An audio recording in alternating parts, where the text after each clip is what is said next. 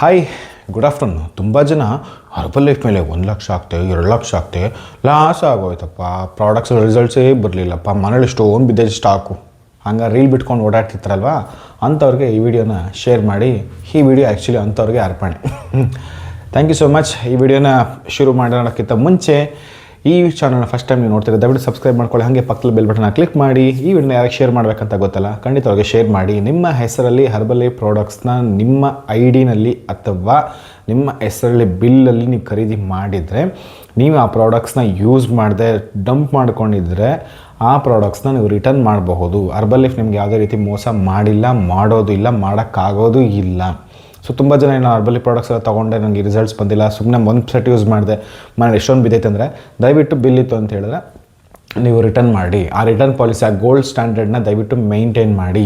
So ಎಲ್ಲಂದ್ರಲ್ಲಿ online ತೊಗೊಂಡ್ರೆ ಈ ಥರ ರಿಟರ್ನ್ ಪಾಲಿಸಿಗಳು ನಿಮಗೆ ಸಿಗೋದಿಲ್ಲ. ಮತ್ತು ಯಾರೋ ಕೊಟ್ಟರು, ಚಿಕ್ಕಪ್ಪ ಯೂಸ್ ಮಾಡೋ, ದೊಡ್ಡಪ್ಪ ಯೂಸ್ ಮಾಡೋರು ಅಂತೇಳಿ ಅವ್ರ ಹತ್ರ ಪ್ರಾಡಕ್ಟ್ಸ್ ತೊಗೊಂಡು ಯೂಸ್ ಮಾಡ್ತಾರೆ, ನಿಮಗೆ ರಿಸಲ್ಟ್ಸ್ ಬರಲಿಕ್ಕಿಲ್ಲ. ಸೊ ನೀವು ಡೈರೆಕ್ಟ್ ಕಂಪ್ನಿಯಿಂದ ತೊಗೊಂಡಿದ್ರೆ ID ಮುಖಾಂತರನೋ ಅಥವಾ ನಿಮ್ಮ ಕೋಚಿಂಗ್ ತೊಗೊಂಡಿದ್ರೆ ನಿಮಗೆ ಬಿಲ್ ಇರುತ್ತೆ.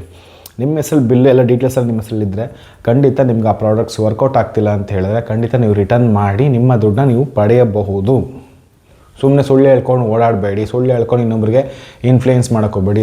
ಅಷ್ಟು ತೊಗೊಂಡೆ, ಇಷ್ಟು ಲಕ್ಷ ತೊಗೊಂಡೆ, ಅಷ್ಟಾಕಿ ದುಡ್ಡು ಎಲ್ಲ ಮುಂಡ ಮುಚ್ಕೊಂಡು ಹೋಗ್ಬಿಟ್ಟೆ ಅಂತ ರೀಲ್ ಬಿಟ್ಕೊಂಡು ದಯವಿಟ್ಟು ಓಡಾಡೋಕ್ಕೋಗ್ಬೇಡಿ. ಈ ಥರ ಪಾಲಿಸಿ ಇರೋದನ್ನು ಅರ್ಥ ಮಾಡಿಸಿ. ಮತ್ತು ಇನ್ನೊಂದು, ಕಂಪ್ನಿ ಯಾವತ್ತೂ ಕೂಡ ನೀವು 50,000 ತೊಗೊಳ್ಳಿ, 1 ಲಕ್ಷ ತೊಗೊಳ್ಳಿ ಅಂತೇಳಿ ಯಾವತ್ತೂ ಕಂಪ್ನಿ ಪ್ರಮೋಟೇ ಮಾಡಿಲ್ಲ. ಕಂಪ್ನಿ ಪ್ರಮೋಟ್ ಮಾಡ್ತಿರೋದು ನಿಮಗೆ ಒಂದು ಒಳ್ಳೆ ಕೋಚ್ ಜೊತೆ ಗೈಡ್ಲೈನ್ಸ್ನ ತೊಗೊಂಡು ಅವ್ರು ಏನು ಹೇಳ್ತಾರೆ ಅದನ್ನ ಫಾಲೋ ಮಾಡಿ, ಅವ್ರ ಹತ್ರ ಪ್ರಾಡಕ್ಟ್ಸ್ನ ತೊಗೊಳ್ಳಿ. ಇದೆಲ್ಲೂ ಕಾಮರ್ಸ್ನಲ್ಲೂ ಬಿಟ್ಟಿಲ್ಲ ಅಂತ ಅಷ್ಟನ್ನೇ ರೆಕಮೆಂಡ್ ಮಾಡುತ್ತೆ ವಿನಃ ಕಂಪ್ನಿ ಯಾವತ್ತೂ ಹೇಳಿಲ್ಲ 10,000, 20,000, 50,000 ಪ್ರಾಡಕ್ಟ್ಸ್ ತೊಗೊಳ್ಳೇಬೇಕು ಅಂತ ಯಾವತ್ತೂ ಹೇಳಿಲ್ಲ, ಹೇಳೋದು ಇಲ್ಲ. ಸೊ ಹೋಪ್ಫುಲಿ ಅರ್ಥ ಆಯಿತು ಅಂತ ಅಂದ್ಕೊಳ್ತೀನಿ.